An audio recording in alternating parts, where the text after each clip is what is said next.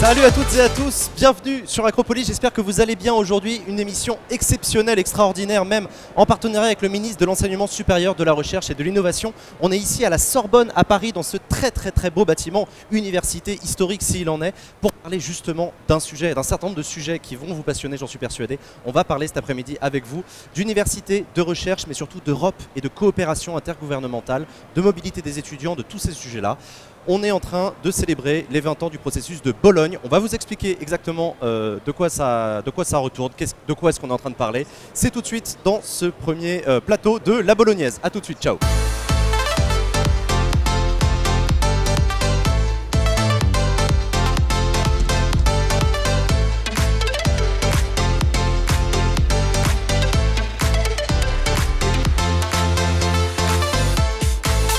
On est en direct donc toujours du plateau de la Sorbonne pour le premier numéro donc de la Bolognaise, une émission exceptionnelle comme je le disais, où on va parler donc du processus de Bologne. Et aujourd'hui on a accepté d'être sur mon plateau deux invités pour commencer. Bonjour à vous deux.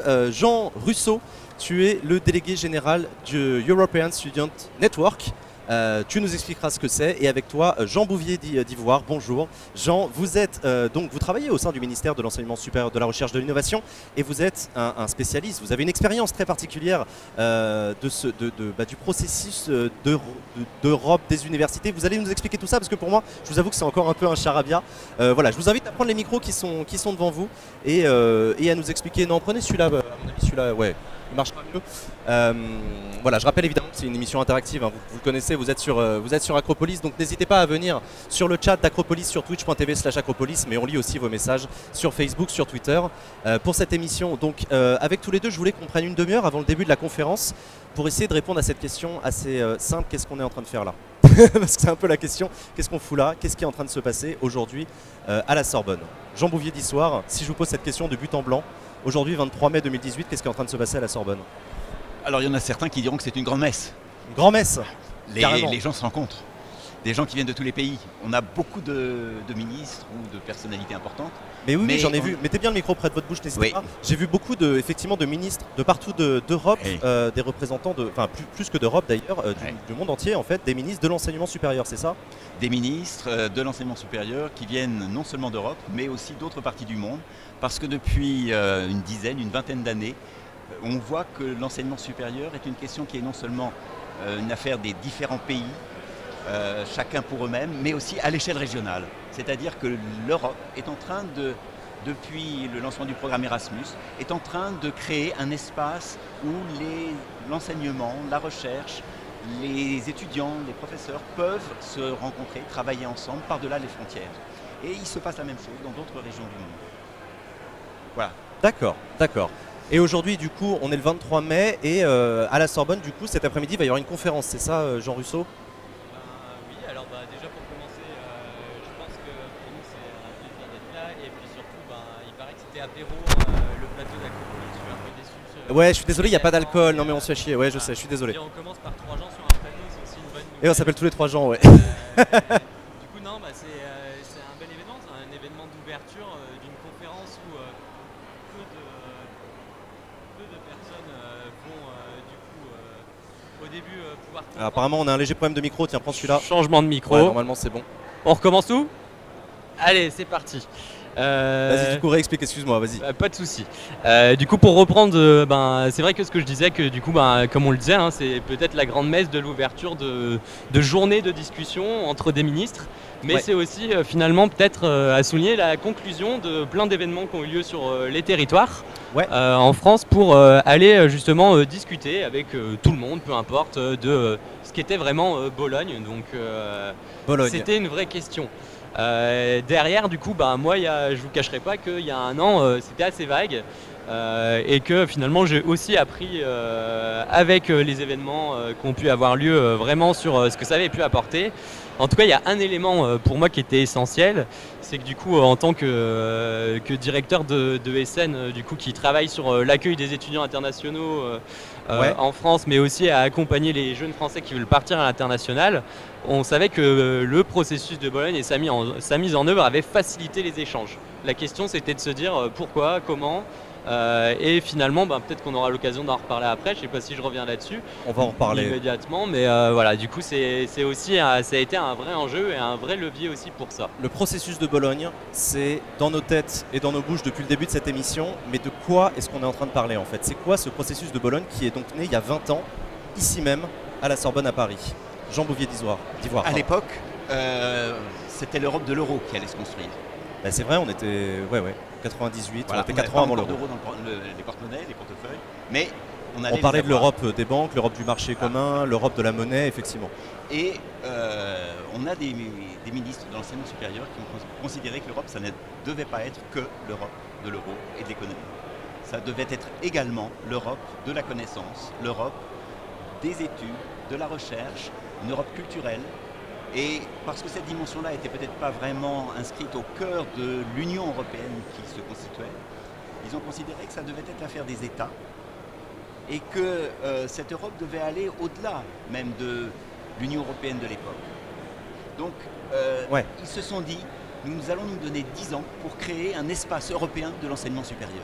Vous avez dit quelque chose de très important. Quand on parle du processus de Bologne, on parle donc de cet espace européen de l'enseignement supérieur et donc de la recherche et des étudiants, etc. Mais ça n'appartient pas à l'Union européenne.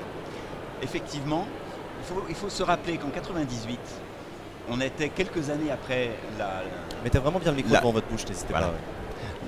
La chute du mur de Berlin. Et on voyait tous ces pays qui étaient de l'autre côté du mur, petit à petit, on les voyait s'intégrer dans l'Union européenne. Ça s'est fait par étapes. Mais on s'est dit, et ça ne s'est pas passé ici à la Sorbonne, ça s'est passé dès l'année suivante à Bologne. On s'est dit tous les pays qui pourraient être amenés à intégrer l'Union européenne pourraient faire partie de ce processus de construction d'un espace européen de l'enseignement supérieur. Mais quand j'entends parler d'un espace européen d'un espace européen de recherche d'enseignement supérieur, ça existait déjà avant. Il y avait quand même des choses qui existaient. C'est vieux comme le monde, la coopération entre les universités. Racontez-nous ça un peu. C'est vrai qu'au Moyen-Âge, il n'y avait pas de frontières entre les États, parce que ce n'étaient pas des États-nations. Les étudiants, comme les professeurs, voyageaient. Il faudrait vraiment que vous mettiez votre micro bien devant votre bouche, pile poil, ouais. Je suis désolé. Voilà, c'est beaucoup mieux comme ça. C'est parce que je suis assis entre deux. Ah mince, je suis désolé. Donc, du coup, dans le canapé d'Acropolis, je sais qu'on n'est pas très bien assis. C'était pas à poser le menton sur le micro, sinon c'est l'idéal. Donc on parlait du Moyen-Âge. Étudier, c'était d'une certaine façon aller d'une université à une autre. On allait chercher le savoir là où il était. Et les professeurs aussi voyageaient. Entre-temps, on a vu l'Europe se constituer autour d'États-nations qui ont, d'une certaine façon, établi entre eux des frontières. Les savants ont ignoré les frontières parce que la recherche pouvait se faire par des échanges par-delà les frontières. Mais les études, de moins en moins. Et il est apparu que si on voulait faire vivre à nouveau l'Europe, il fallait que la jeunesse puisse étudier dans différents pays. Et quand on dit du coup étudier dans différents pays, on pense à Erasmus. Jean Russo, je me tourne vers toi, du coup, toi qui es un spécialiste de la mobilité des étudiants en Europe, c'est ça le principe même du réseau que tu présides? Alors oui, c'est vrai que nous, l'objectif, c'est qu'il y ait le plus d'échanges possible et qu'il se passe de la meilleure des manières. À partir de là, avant le processus de Bologne, ça allait un peu dans tous les sens, dans le sens où il y en a qui souhaitaient voyager à droite, mais quand ils rentraient, on leur disait « Ah bah non, ce que tu as fait, c'est sympa, par contre, on peut pas trop le valoriser dans ton diplôme, donc tu as pu perdre un an ou pas. » Et du coup, c'était cette complexité-là. Et aussi, finalement, maintenant, ça paraît, on se pose même pas la question quand on entend licence, master. Bien en face du micro parce que ça résonne énormément. Ça marche. Sur les pas de souci. Bon, on va crier un peu. Peut-être que vous entendrez pas crier, mais quand tu bouges la tête, on va finir difficilement. Mais du coup, actuellement, quand on parle de licence, de master, de doctorat. Pour nous, c'est logique. On a presque entendu que ça. Moi, en tout cas, depuis que je suis là, j'ai entendu que ça.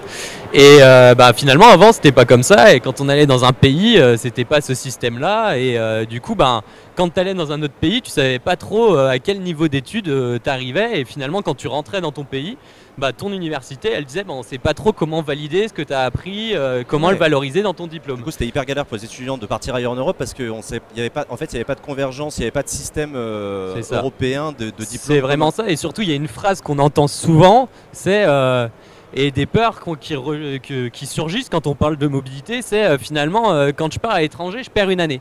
Mais en fait, c'est un peu historique. En fait, c'est justement avant ça, c'était un peu lié au fait que y en a plein qui partaient et vraiment ils perdaient une année parce que en rentrant, donc ils allaient apprendre plein de trucs. Personnellement, culturellement et même professionnellement via les études qu'ils avaient eues, ils avaient appris plein de choses, mais en rentrant, c'était très très difficile. Sans ce qu'on appelle maintenant les ECTS, sans souci, et que les gens peuvent entendre parler. C'est le processus de Bologne qui a créé le principe même des crédits. Le fait qu'on valide des crédits quand on fait ses études, c'est bien ça, Jean Bouvier d'Ivoire? Oui, juste un petit peu avant. C'était un petit peu avant? En fait, c'est avec la mise en place du programme Erasmus dans les années 1988-89 qu'on s'est rendu compte qu'il fallait créer des conditions de confiance entre les universités. Et il fallait que les enseignements suivis par un étudiant dans une autre université puissent être reconnus facilement, parce que c'était la seule condition pour que ce soit intégré dans la valorisation de leurs études et l'obtention de leur diplôme. Donc pour ça, ce système de European Credit Transfer comporte la notion de crédit, c'est-à-dire on fait confiance. Les enseignements qui ont été suivis par un étudiant dans une autre université, sur laquelle l'université de laquelle vient l'étudiant n'a pas la main, eh bien on se dit, oui, c'est un enseignement qui a été délivré, dispensé dans le cadre d'une autre université, mais par des universitaires avec lesquels nous échangeons par ailleurs et nous pouvons leur faire confiance. Et c'est ça qui a favorisé, d'une certaine façon, la reconnaissance et la possibilité pour les étudiants d'aller passer des séjours d'études à l'étranger. Et on s'est rendu compte que c'était une source d'acquisition de compétences extrêmement précieuses pour les étudiants, et qui sont tout aussi importantes peut-être que celles que la connaissance leur donne. D'accord. Que je comprenne bien, dans le cadre de ce processus de Bologne, ça a commencé du coup il y a 20 ans. Au début, il n'y avait que 4 ministres, c'est bien ça? Oui. C'était qui? Alors, c'est en fait Claude Allègre qui se rendait bien compte que... Claude Allègre était le ministre français. Était le ministre français, tout à fait. Et il se rendait compte que par rapport aux pays anglo-saxons notamment, qui avaient une approche plus, libérale, et qui faisait payer des droits d'inscription, des droits de scolarité importants, il était important d'unir les pays européens pour qu'ils puissent faire valoir non seulement leur tradition, mais aussi une offre de formation qui soit valable de façon universelle. Et il a noué des relations amicales avec le ministre italien. L'Italie avait une conception des études assez différente, et se rendait compte qu'il fallait aussi faire évoluer la structuration des études. Il a noué des relations avec le ministre allemand. Là aussi, en Allemagne, les études... c'était très différent, parce qu'en France, on avait à peu près un diplôme par an. Voilà. En Allemagne, on faisait, comme en Italie, on faisait ses études au rythme auquel on le voulait. Et donc, mais on validait pas des années, on validait des examens au fur et à mesure qu'on les passait quand on voulait. Ce qui fait qu'on pouvait être étudiant très longtemps. Ça a des avantages, certes, mais c'est pas forcément très stimulant. D'accord. Et le fait de beaucoup abandonner leurs études sans avoir obtenu le seul diplôme qu'il y avait à la clé, qui était le diplôme final. Donc, les Italiens comme les Allemands se sont dit, avec les Français, essayons d'introduire une structuration des études qui soit lisible au niveau européen et qui permette aux étudiants d'avoir des diplômes qui pour eux étaient des diplômes intermédiaires et qui leur permettraient de éventuellement avoir une expérience de travail, aller étudier dans un pays étranger. Voilà, c'est le début aussi de l'époque où on commence à parler de la formation tout au long de la vie, c'est-à-dire où on peut alterner des périodes d'études et des périodes de travail, ou des périodes de stage, des périodes de voyage. Et c'est ça qui, je pense, a été déterminant. Donc 4 ministres qui ont voulu prendre en main une réforme qu'ils ne pouvaient pas facilement faire tout seuls dans leur pays, mais qui était plus facile pour eux de faire ensemble, parce que en s'appuyant sur l'idée qu'ils la faisaient ensemble, ils pouvaient plus facilement la faire passer dans leur pays. D'accord, ok, je comprends mieux. Je vous propose, il y a une idée qui a été proposée par le chat, c'est qu'on échange les deux micros pour voir si ça marchera mieux. Hop là. Et je vous invite vraiment à le coller à votre bouche quand vous parlez dedans, parce que malheureusement, on est dans un bâtiment historique, évidemment, il n'a pas été conçu pour faire des émissions, et du coup ça résonne considérablement, donc c'est un petit peu compliqué. Du côté de la régie, ils font ce qu'ils peuvent. Mais qu'est-ce que je voulais vous dire? Oui, je voulais te demander à toi, Jean Russo, ça implique quoi aujourd'hui pour des étudiants, le fait d'avoir de la mobilité européenne? On peut se balader partout en Europe pour faire ses études et valider quand même ses crédits? Alors oui, du coup le processus de Bologne a facilité ça. C'est un facilitateur et je pense qu'il y a une vraie articulation entre le programme Erasmus+, on en a beaucoup entendu parler l'année dernière parce que c'était les 30 ans d'Erasmus+, et le processus de Bologne. Tu peux rappeler ce que c'est qu'Erasmus+, pour ceux qui nous regardent? Alors Erasmus+, du coup c'est différents programmes de mobilité, ceux qu'on connaît quand on est à l'université, etc. C'est les bourses, c'est connu parce que ça nous apporte des bourses déjà pour partir et faciliter notre mobilité. C'est quand même essentiel parce que du coup ça a un coût de partir à l'international, mais ça a beaucoup d'apports aussi finalement. Et du coup c'est ça que l'Union Européenne, en créant le programme Erasmus+, voulait aussi investir, c'est que ça avait du coup un vrai apport sur le partage d'expériences et l'interculturalité entre les différents pays de l'Union Européenne.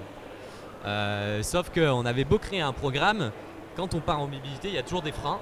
Donc les freins financiers et la bourse pouvaient y répondre, mais des freins aussi finalement culturels. Les gens n'avaient pas forcément l'habitude de passer de pays en pays, pas beaucoup, il y en a qui le faisaient, mais c'était pas la plus grande partie, ça ne l'est toujours pas d'ailleurs. C'était administrativement compliqué, on peut le dire. Administrativement compliqué, la question des langues, la question de... Voilà, il y a beaucoup de choses qui créaient un vrai frein pour partir en mobilité, et finalement le processus de Bologne est venu apporter sa pierre à l'édifice pour favoriser les échanges entre les différents pays dans le cadre de l'éducation.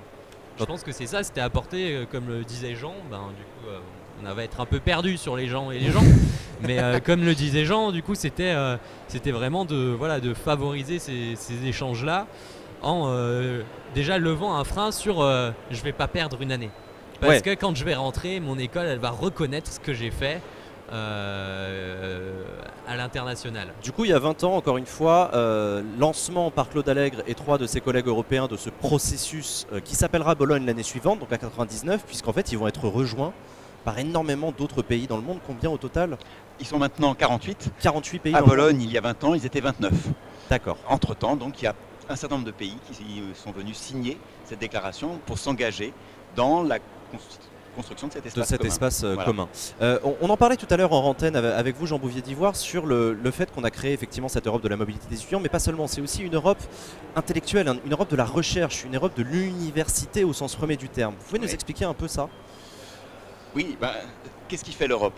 C'est en fait la diversité des cultures. Ouais, jusque-là d'accord. Depuis la réforme, par exemple, il y a en Europe plusieurs religions. La réforme luthérienne, donc il y a quelques siècles maintenant, ouais. Il y a plusieurs langues, ouais. Plusieurs États-nations qui se sont construits aussi au fil des siècles. C'est dans le dialogue entre les cultures, c'est dans la capacité à se comprendre par-delà les différences de langue, c'est dans la capacité à réfléchir cette altérité que se construit l'Europe. Et ça, c'est un point très important, parce que c'est à la fois ce qui fait que c'est exigeant, que c'est difficile, et c'est en même temps ce qui est une source de richesse considérable. À l'époque, au Moyen-Âge et dans les temps modernes, l'Europe se pensait être le centre du monde.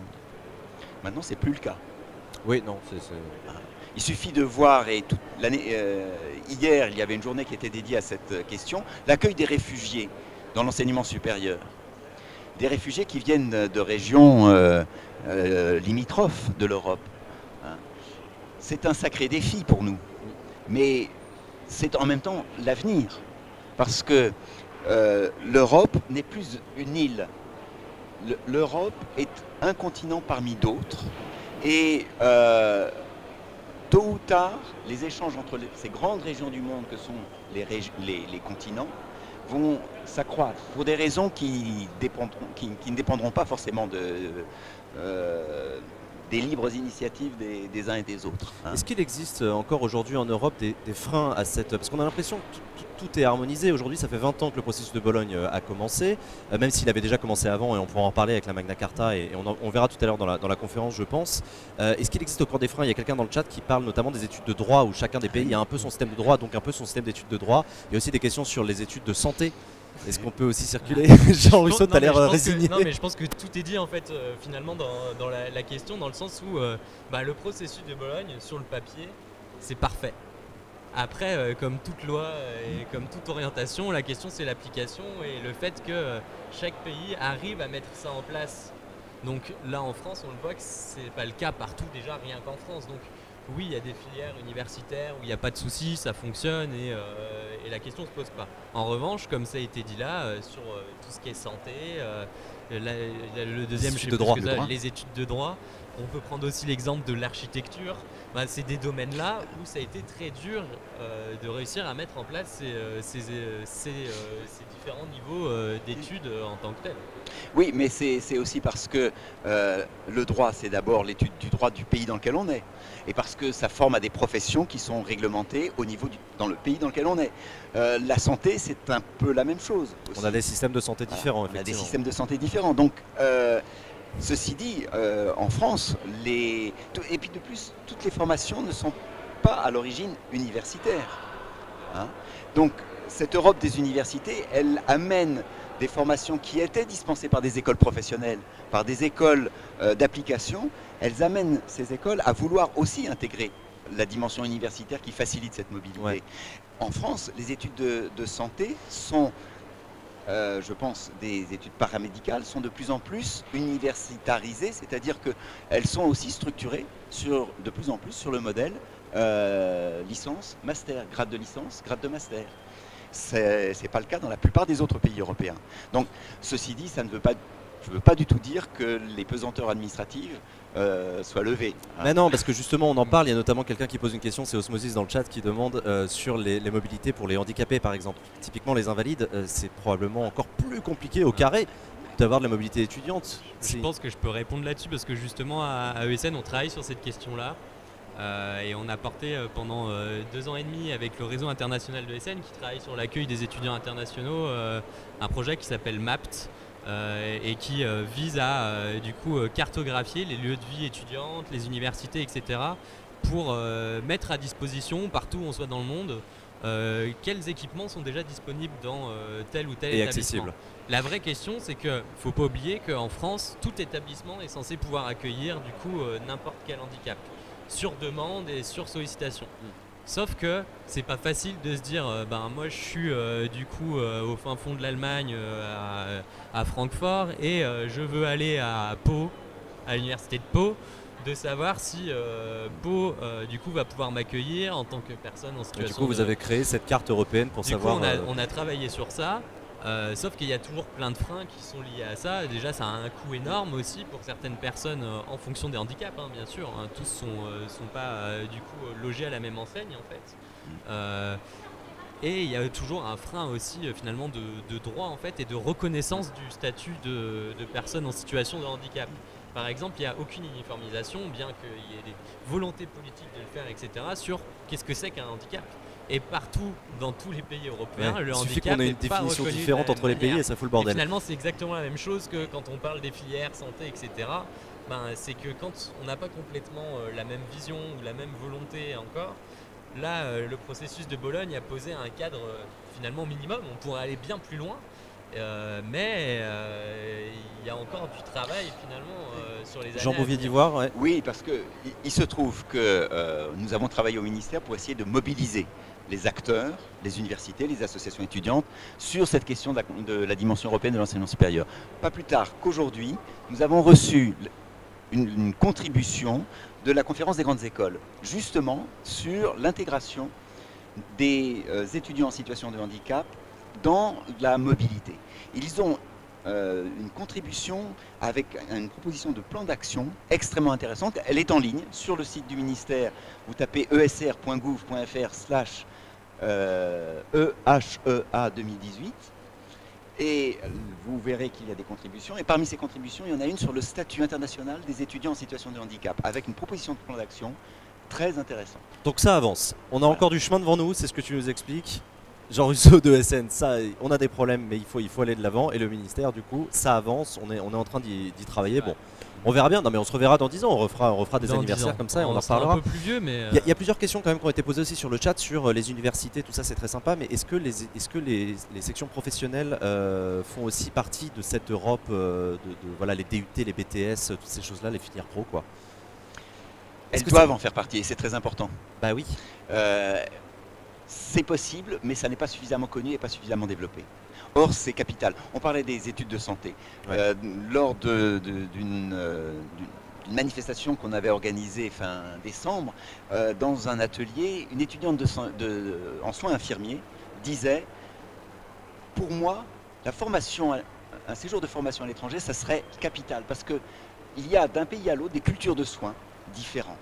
Et on apprend beaucoup plus en voyant à quel point les cultures des soins sont différentes qu'en apprenant uniquement ce que l'on fait de soins.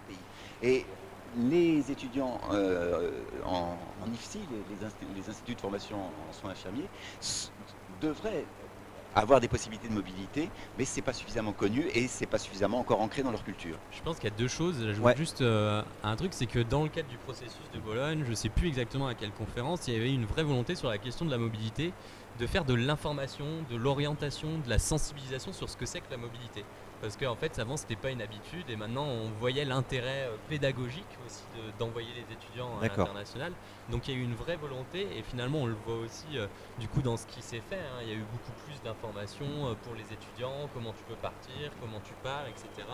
Nous aussi, à ESN, on s'est mis à beaucoup plus le faire parce qu'avant, on s'appuyait essentiellement sur les échanges entre pairs. Je suis parti, je te raconte ce que j'ai vécu et autres.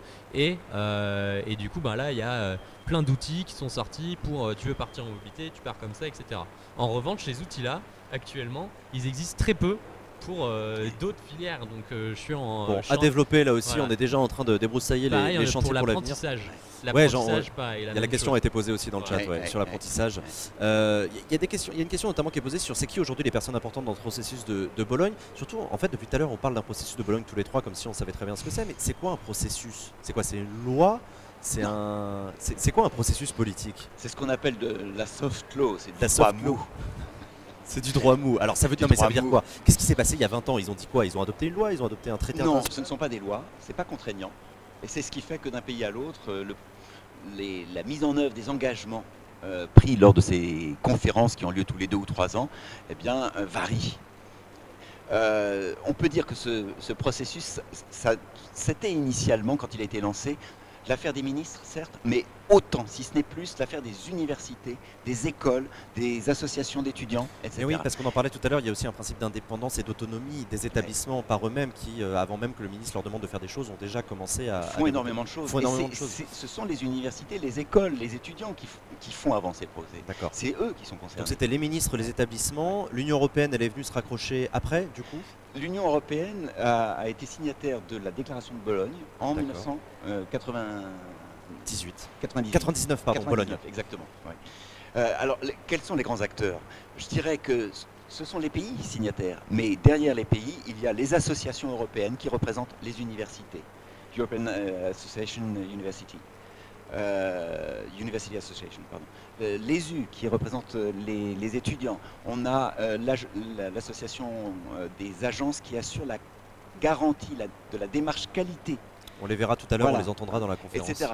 Ce sont des acteurs qui fédèrent les acteurs qu'on trouve dans chacun des pays au niveau européen. C'est eux qui jouent un rôle très important. On a entre 5 et 10 minutes de retard pour le début de la conférence, du coup on a de la chance, on vous garde encore un petit peu pour continuer à répondre à nos questions. Merci à vous d'être là, en tout cas continuez à nous suivre en direct sur Acropolis ou sur les autres réseaux sociaux. Je vous rappelle donc que vous pouvez poser des questions, intervenir et discuter. J'en profite pour remercier pour vos réabonnements Elephant, Percastor, Gultix et Friconolich. Merci à vous 4. Et donc je disais tout à l'heure, on va avoir une conférence ce soir, aujourd'hui on est mercredi soir, donc ça va être une conférence ministérielle. Encore une fois, on le disait tout à l'heure, il y a un peu tout le gratin de l'enseignement supérieur d'Europe. Et dans les 2 jours qui viennent, au Palais Brognard à Paris, il va y avoir un sommet international, intergouvernemental. Qu'est-ce qui va se passer? En fait, aujourd'hui, c'est une cérémonie d'accueil. D'accord. qui va célébrer les 20 ans de la déclaration de la Sorbonne, Ok. mais aussi les 30 ans d'une charte formulée en latin, la Magna Carta Universitatum, Qui du coup était il y a 30 ans, c'était en 88. en 88, Qu'est-ce à qu'elle disait l'occasion déjà du 9e centenaire de l'Université de Bologne, qui est la plus ancienne université en Europe. 900 ans. Voilà. C'était l'anniversaire des 900 ans de l'Université de Bologne. Voilà, Et il y a eu donc en 88 l'adoption de la Magna Carta. exactement. Qu'est-ce La qu'elle dit, Magna la Carta. Parce que ça rappelle la Magna Carta britannique Euh, contre le roi, les barons ah contre bah le voilà, roi, etc. C'est un peu une ça, grande affaire. c'est un peu le même délire. C'est une grande affaire parce que, bon, on ne sait pas exactement quand l'Université de Bologne a été fondée. À 900 ans. Dans la oui. nuit des temps. Donc, un recteur qu'on appelle il magnifico, avec une toge absolument superbe, a profité des connaissances qu'on avait en histoire pour dire il y a 900 ans à peu près, l'université est née en Europe, à Bologne. Et il a réuni plus de 300 recteurs d'universités de par le monde, qui ont fait une véritable procession dans la ville. Et vous allez voir tout à l'heure des extraits des archives de l'époque, où les recteurs des universités les plus connus et les plus improbables Ouais, défilent dans leur toge à Bologne. et se rendent à une manifestation où l'on accueille le pape. Vous vous rendez compte? Pourquoi? Parce qu'à l'époque, Bologne était une ville papale, et c'est une ville qui a accueilli les premiers étudiants et les premiers professeurs qui voulaient former une communauté, une sorte de corporation. Et bah aujourd'hui, en tout cas, ce n'est pas le pape, c'est le recteur de l'Académie de Paris qui est en train de commencer son Exactement. discours. On vient de me l'annoncer. Donc, Jean Bouvier d'Ivoire, merci beaucoup pour votre intervention. Je rappelle que vous travaillez au ministère de l'Enseignement supérieur, de la Recherche et de l'Innovation et que vous êtes un expert de cette communauté européenne de la recherche et de l'enseignement supérieur. Jean Russo, je rappelle que tu es le délégué général de European Student Network qui accompagne et accueille les jeunes en mobilité partout en Europe. Merci beaucoup à vous deux. Je vous laisse rejoindre la conférence Merci et à à vous. plus tard dans la soirée. Hop là, générique, on se retrouve tout de suite pour la conférence.